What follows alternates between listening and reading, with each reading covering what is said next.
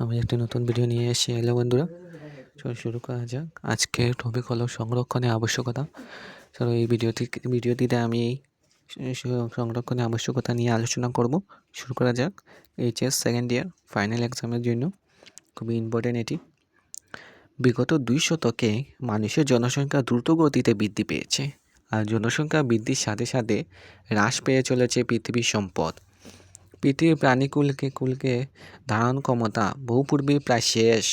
সেই জন্য পৃথিবীর বন্যপ্রাণী আর সম্পদসমূহের সংরক্ষণের প্রয়োজনীয়তা অসম্ভব হয়ে পড়েছে।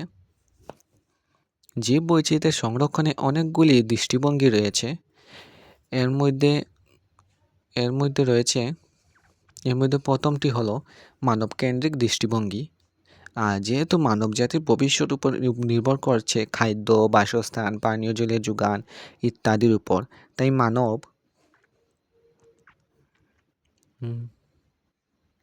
তাই মানবজাতি প্রত্যক্ষভাবে বাঁচার জন্য প্রকৃতির উপর নির্ভরশীল।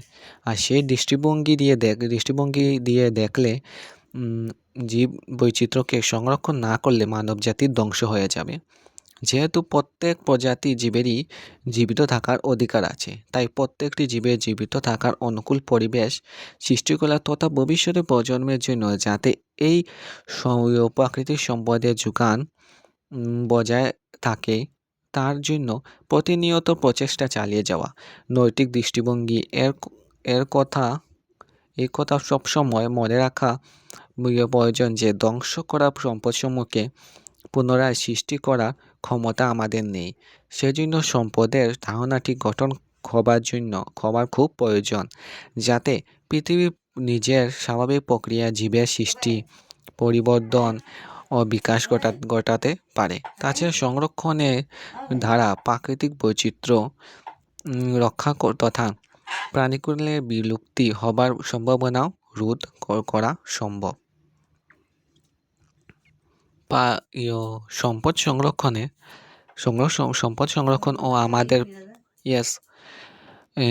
প্রয়োজনগুলি সবসময় একটি অন্যটির বিপরীতমুখী। উদাহরণস্বরূপ, কিছু মানুষের জন্য বনাঞ্চলগুলি হতে পারে কৃষিভূমিগুলির প্রসারণের স্থান, অন্যদিকে একটি উদ্যোগের জন্য উক্ত বনাঞ্চলটি হতে পারে কাঁচা সম্পদের র ম্যাটেরিয়াল ভান্ডার। একটি ব্যবসায়িক প্রতিষ্ঠান নির্মাণ করতে পারে একটি উদ্যোগ বা একটি রাজপথ। এই প্রয়োজনগুলি অর্থহীন নয়, যদিও বহু ক্ষেত্রে আমাদের প্রয়োজনগুলির কারণে প্রাকৃতিক পরিবেশ বাস করা উদ্ভিদ ও জীবজন্তু অধিকারকে অস্বীকার করতে দেখা যায়। সেইভাবেই উন্নয়ন থেকে হওয়া লাভের সঙ্গে সঙ্গে জীবজন্তুরা নিজেদের বাসস্থান হারিয়ে ফেলছে। এর ফলে হওয়া ক্ষতি সম্পদসমূহকে চিরকালের জন্য বিলুপ্তের পথে নিয়ে যায়। উন্নয়নের নামে যে লাভ হবে তার সাথে প্রাকৃতিক সম্পদ যেমন পানীয় জলে বিলুপ্তি ঘটলে সেই ক্ষতির কোনো বিকল্প থাকবে না, কারণ জীবজগৎ জল ছাড়া বাঁচতে পারে না।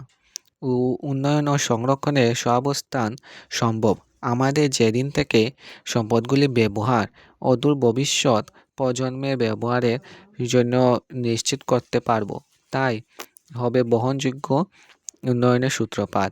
সেজন্য সংরক্ষণের মূল মন্ত্র হলো প্রকৃতির সঙ্গে সহাবস্থান করে বেঁচে থাকা। আজকের জন্য এটুকুই। বাই।